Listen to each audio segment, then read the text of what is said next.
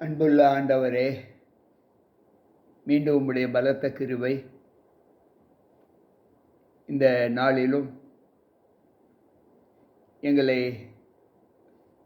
எழுப்பி காலையில் உம்முடைய வார்த்தைகளை கேட்பதற்கு எங்களை அழைத்த தயவிற்காக உம்மை ஸ்தோத்தரிக்கிறோம். வந்திருக்கின்ற எங்கள் ஒவ்வொருவரோடும் உம்முடைய சமாதானம் தங்கியிருந்து பாதுகாத்து கொள்ளும். மீட்பர் இயேசு கிறிஸ்துவின் நாமத்தில் ஜெபிக்கிறேன் நல்ல பிதாவே, ஆமென். அன்பு பிள்ளைகளே, மீண்டும் கர்த்தருடைய வார்த்தைகளை கேட்பதற்கு தேவ சமூகத்தில் வந்திருக்கிற உங்கள் அனைவருக்கும் ஆண்டவர் இயேசு கிறிஸ்துவின் நாமத்தின் இந்த நாளின் காலையின் வாழ்த்துக்களை தெரிவித்துக் கொள்கிறேன். கர்த்தர் நம்மோடு இருப்பாராக. இன்றைக்கும் நாம் ஒரு பொருத்தனையை குறித்து சிந்திக்கப் போகிறோம். பொருத்தனை என்பது நமக்கும் தேவனுக்கும் உள்ள ஒரு உடன்படிக்கை என்று கூட வைத்துக் கொள்ளலாம். தேவன் நமக்கு செய்த நன்மைக்கு அவருக்கு நாம் எண்ணத்தை செலுத்த வேண்டும் என்கின்ற எண்ணம் நமக்கு இருக்கக்கூடாது. அவருக்கு ஸ்தோத்திரம் செலுத்த வேண்டும். உண்மைதான். நாம் செய்கிற பொருத்தனைகளினால் தேவனுக்கு மகிழ்ச்சி இருக்குமா என்றால் இருக்காது. அதே சமயத்தில் இருக்கும். பொருத்தனை என்பது தேவனுக்கு நாம் நம்முடைய வாய்மொழிகளை கொண்டு, ஆண்டவரே இதை நான் செய்வேன், இதை நான் ஏற்று அதன்படி நடப்பேன் என்று சொல்வதுதான் பொருத்தனை. இன்றைக்கு நாம் தேவனை சார்ந்த ஒரு வாழ்க்கை வாழ்ந்து கொண்டு இருக்கும்போது அவருக்கு எத்தனையோ விதமான பொருத்தனைகளை நாம் செலுத்தி இருப்போம். ஜெபம் கூட ஒரு பொருத்தனை தான். நம் வாழ்க்கையில் செய்கிற ஒவ்வொரு ஜெபமும் ஒரு பொருத்தனை தான்.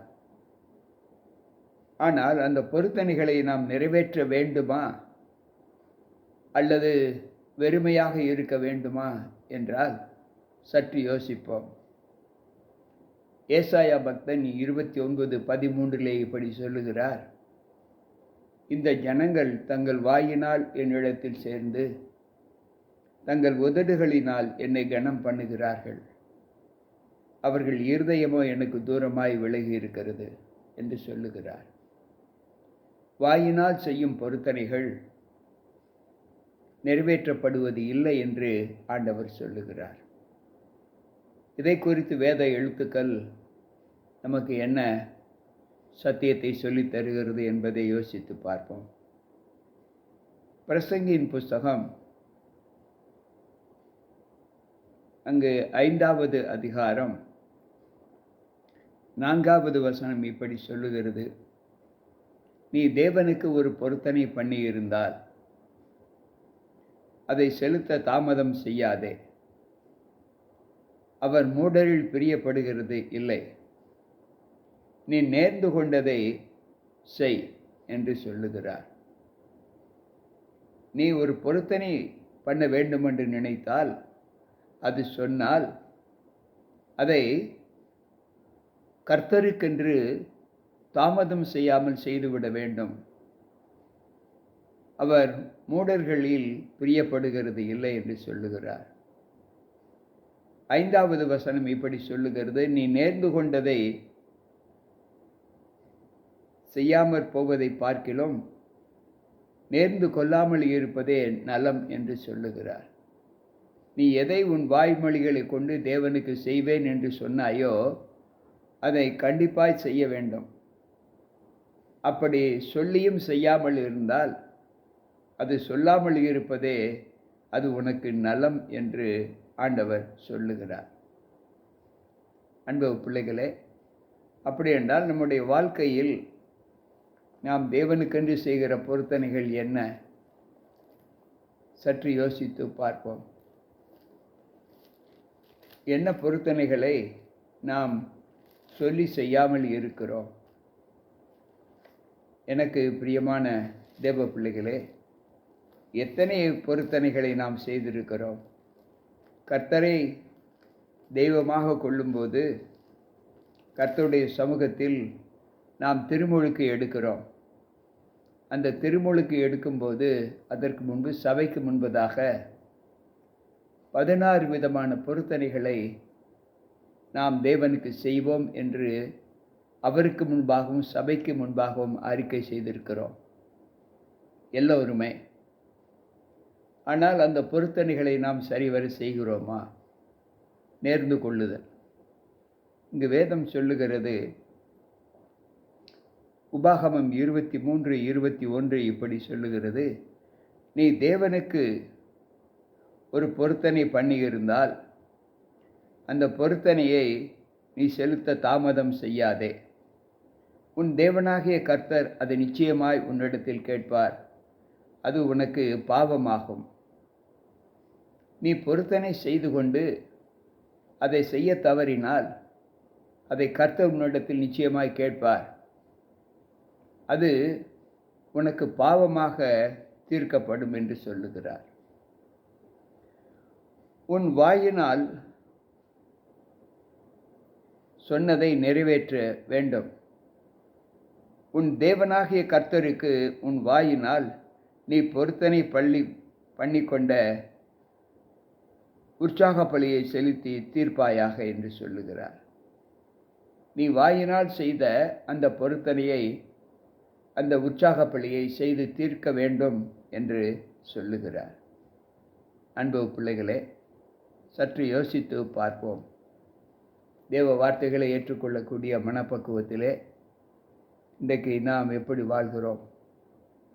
ஆண்டவர் சொல்லுகிற வார்த்தை என்னாகம புஸ்தகம் 30வது அதிகாரம் 2வது வசனத்தை வாசிப்போம் என்றால், அங்கு ஆண்டவர் சொல்லுகிற வார்த்தை என்னாகமம் 30:2. அவர் சொல்லுகிறார், ஒருவன் கர்த்தருக்கு யாதொரு பொருத்தனை பண்ணினாலும் அல்லது யாதொரு காரியத்தை செய்யும்படி ஆணையிட்டு தன் ஆத்துமாவை நிபந்தனைக்கு ஒப்பு கொடுத்தாலும் அவன் சொல் தவறாதவனால் தான் வாயிலிருந்து புறப்பட்ட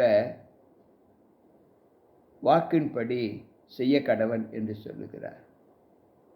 ஒருவன் சொல் தவறாதவனால் இருக்க வேண்டும். அவன் வாயினால் யாதொரு பொருத்தனை செய்திருந்தால் அந்த பொருத்தனையை அவன் செய்து தீர்க்க வேண்டும் என்று ஆண்டவர் சொல்லுகிறார். நீதிமொழிகளின் புஸ்தகம் 20வது அதிகாரம் 25வது வசனம் இப்படி சொல்லுகிறது, தேவன் என்ன சொல்லுகிறார் என்றால், பரிசுத்தமானதை விழுங்குகிறதும் பொருத்தனை செய்த பின்பு யோசிக்கிறதும் மனுஷனுக்கு கண்ணியை வருவிக்கும் என்று சொல்லுகிறார். பரிசுத்தமானதை விழுங்குகிறதும் பொருத்தனை செய்த பின்பு யோசிக்கிறதும் மனுஷனுக்கு கண்ணியை வருவிக்கும் என்று சொல்லுகிறார். பிரியமான தேவ பிள்ளைகளே, சில நேரங்களில் நாம் யோசித்துவிட்டு அதை செய்ய தவறாமல் இருக்க வேண்டும். ஆனால் பொருத்தனை பண்ணினதற்கு பின்பு அதை யோசித்து செய்யாமல் இருப்பது நமக்கு மிகுந்த கண்ணியை வருவிக்கும் என்று ஆண்டவர் சொல்லுகிறார். ஒருவன் விசேஷித்த பொருத்தனையாவது அவன் உற்சாகமாயாவது கர்த்தருக்கு மாடுகளிலாயிலும் ஆடுகளிலாயிலும் சமாதான பலிகளை செலுத்த போனால் அது அங்கீகரிக்கப்படும்படி ஒரு பழுதில்லாமல் உத்தமமாய் இருக்க வேண்டும் என்று லேவியராகமம் 22:21 சொல்லுகிறது.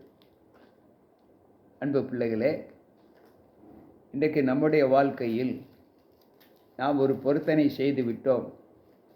பின்பு அந்த பொருத்தனை செய்து விட்டதற்கு பின்பு அந்த பொருத்தனையை குறித்து நாம் யோசிக்கிறோம். என்ன யோசிக்கிறோம்? தேவ சமூகத்தில் நாம் ஆண்டவரோடு பங்கிடக்கூடிய அந்த பொருத்தனைகளை குறித்து நாம் யோசிக்கும்போது அங்கு ஆண்டவர் சொல்லுகிற வார்த்தை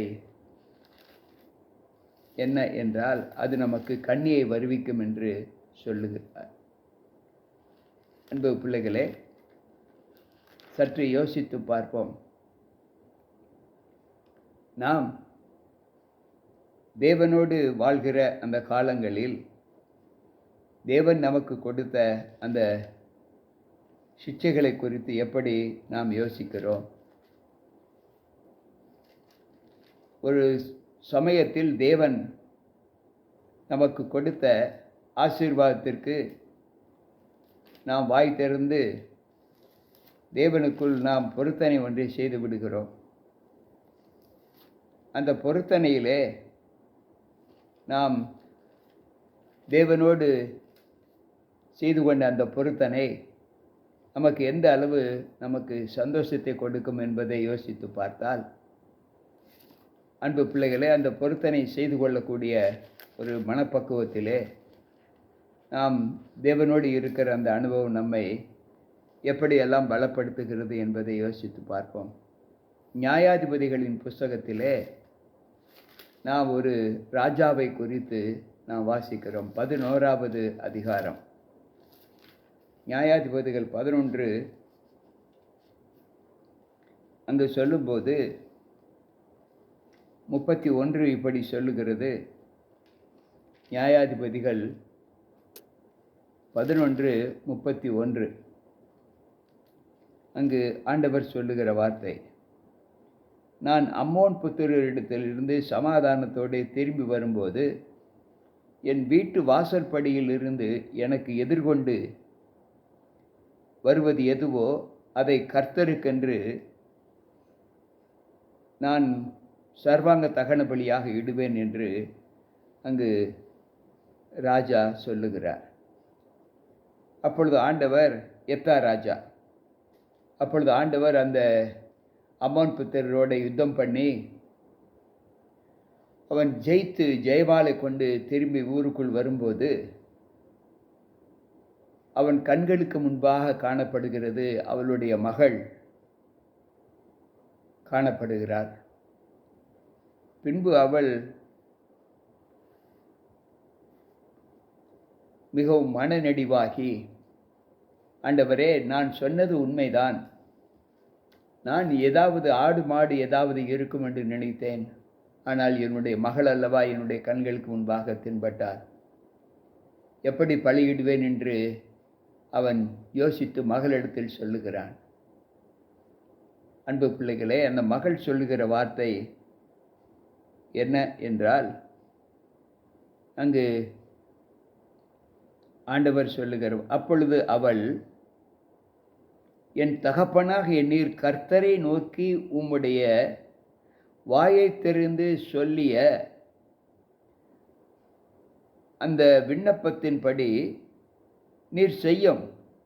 அம்மோன் புத்திரராகி உம்முடைய சத்துருக்களுக்கு நீதியை சரிக்கட்டும் ஜெயத்தை கர்த்தர் உமக்கு கட்டளையிட்டிருப்படியினால் உம்முடைய வாயிலிருந்து புறப்பட்ட அந்த பொருத்தனையை அதன்படியே செய்து எனக்கு சமாதானத்தை உண்டு பண்ணும் என்று மகள் சொல்லுகிறார்.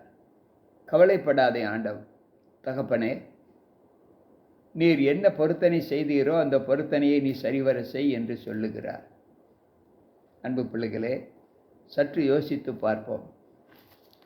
சங்கீதக்காரர் சொல்லும்போது 15வது சங்கீதத்திலே நாம் 5வது வசனத்தை நாம் வாசிக்கும்போது அந்த வார்த்தை இப்படி சொல்லுகிறது,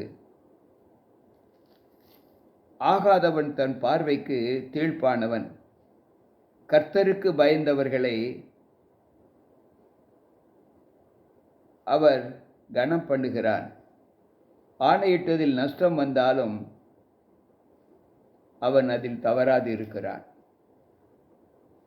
எப்தா ராஜா தன்னுடைய வெற்றியின் சிறப்பிலே ஆண்டவருக்கு ஒரு பொருத்தனை பண்ணுகிறான். நான் ஜெயித்து அந்த என்னுடைய தேசத்திற்கு திரும்பும்போது என் கண்முன் வருகிறது எதுவோ அதை நான் உமக்கு சர்வாங்க தகன பலியிடுவேன் என்று சொல்லுகிறார். அவன் அதன்படி செய்தான் என்று வேதம் சொல்லுகிறது. இதற்கு சங்கீதக்காரர் சொல்லுகிறார், நீதிமான் தான் ஆணையிட்டதில் நஷ்டம் வந்தாலும், எத்தா ராஜாவுக்கு ஒரு உயிரிழப்பு, ஒரே சந்ததி, ஒரே மகள், வேறு பிள்ளை இல்லை, வாரிசு இல்லை. அவன் நீதிமானாய் இருந்தபடியால் அவனுக்கு நஷ்டம் வந்தாலும் மகள்தானே என்று யோசிக்காமல் அவளை ஆண்டவருக்கென்று தகன பலியிட்டான் என்று வேதம் சொல்லுகிறது. அன்பு பிள்ளைகளே, இன்றைக்கு நம்முடைய வாழ்க்கையில் நாம் செய்த பொருத்தனைகளை எப்படி செய்வோம்? 1 சாமுவேலின் புஸ்தகம் 1வது அதிகாரம் 11வது வசனத்தில் அன்னாள் தனக்கு கொடுக்கப்பட்ட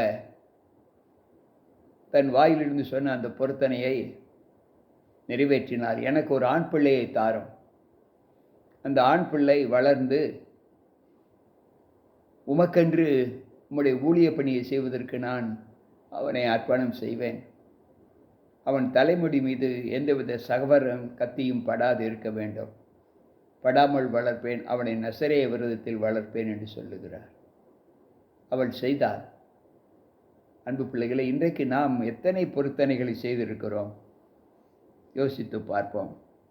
நம்முடைய வாழ்க்கையில் நாம் செய்யக்கூடிய பொருத்தனைகளின் பலன் எப்படிப்பட்டதாய் காணப்படுகிறது என்பதை யோசித்து, ஆண்டவர் சொல்லுகிற வார்த்தை, உன் வாயினால் சொன்னதை நிறைவேற்று. உன் தேவனாகிய கர்த்தருக்கு உன் வாயினால் நீ பொருத்தனை பண்ணி இருந்தால் அதை உற்சாகத்தோடு செய் என்று சொல்லுகிறார். இதைப்போல அப்போஸ்தலர் 5வது அதிகாரத்திலே நாம் வாசிக்கும்போது, அனனியா சப்பீராள் என்கின்ற ஒரு குடும்பம், ஆண்டவருக்கு பிரியமான குடும்பம், தேவனுடைய சமூகத்தில் தங்களுடைய காணியாட்சியை விற்ற அந்த தொகையை ஒரு பங்கு அறிய கணவன் மனைவியும் மறைத்து வைத்தார்கள். பேதுரு அனனியாவினிடத்தில் கேட்கிறார், பங்கை இவ்வளவுக்குத்தான் விற்றாயோ? அவன் ஆம் என்று சொல்லுகிறான். நீ என்னிடத்தில் அல்ல, பரிசுத்த ஆவியினிடத்தில் நீ பொய் சொன்னாய் என்று சொன்ன மாத்திரத்தில் அவன் மரித்து விடுகிறான். இதை அறியாத அவள் மனைவி 3 மணி நேரம் கழித்து அங்கு வருகிறாள். அவளிடத்திலும் கேட்கிறான், இவ்வளவுக்குத்தான் விற்றோம் என்று சொல்லுகிறார். இதோ உன்னுடைய கணவனை அடக்கம் பண்ணினோர் வாசலிலே நிற்கிறார்கள், அவர்கள் உன்னை எடுத்துக்கொண்டு போகட்டும் என்று சொல்லுகிறார். பொருத்தனை பண்ணினதற்கு பின்பு யோசிக்கிறது, அதை விழுங்குவது நமக்கு கண்ணியை வருவிக்கும் என்று ஞானி சொல்லியிருக்கிறார். கேட்டுக்கொண்டிருக்கிற அன்பான தேவ பிள்ளைகளே, நம்முடைய வாழ்க்கையில் நாம் எத்தனை பொருத்தனைகள் செய்திருப்போம்? அந்த பொருத்தனைகளை நாம் நிறைவேற்றுவதற்கு நமக்கு இயலாமல் போகிறதா? அல்லது யோசிக்கிறோமா? அல்லது இவ்வளவு என்று சொல்லுகிறோமா? யோசித்து பார்ப்போம். நாம் நமக்குள் வாழ்கிற அந்த வாழ்க்கையின் ஜீவிதம், நம்மை தேவனோடு இணைத்திருக்கிற அந்த அனுபவங்கள், நம்மை தேவனுக்கு சாட்சியுள்ள ஒரு வாழ்க்கையை வாழ்ந்து காண்பிக்க ஆண்டவர் நமக்கு பலத்தை கொடுக்கிறார். அந்த பலத்திலே நாம் தேவனோடு வாழ்ந்து தேவனுக்கு உகந்த ஒரு வாழ்க்கையை வாழ்ந்து காண்பிக்க கர்த்தருடைய சமூகத்தில் நம்மை ஒப்பு கொடுப்போம்.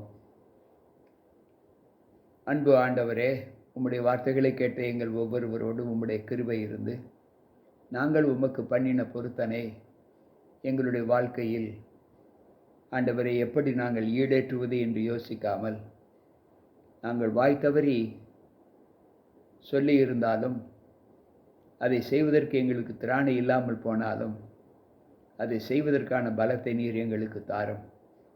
அது எங்களுக்கு சாபம் செய்யாமல் இருந்தால் அது எங்களுக்கு சாபமாகும் என்று சொன்னீரே.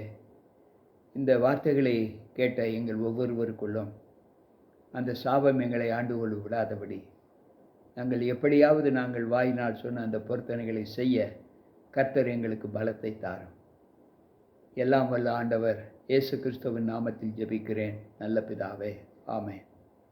அன்பு பிள்ளைகளே, இந்த நாளிலும் தேவ சமூகத்தில் செய்த பொருத்தனைகளை நாம் கண்டிப்பாக உற்சாகத்தோடு செய்ய வேண்டும் என்று கற்றுக்கொண்டோம். இனிமேலாவது அந்த பொருத்தனைகளின்படி நம்முடைய வாழ்க்கை தேவனோடு இணைய கர்த்தருடைய சமூகத்தில் நம்ம ஒப்புக் கொடுப்போம். மீட்பர் இயேசு கிறிஸ்துவின் நாமத்தில் ஜெபிக்கிறேன் நல்ல பிதாவே, ஆமென். மீண்டும் நாளை சந்திப்போம். உங்கள் போதகர் ஜி.கே. ராபர்ட்.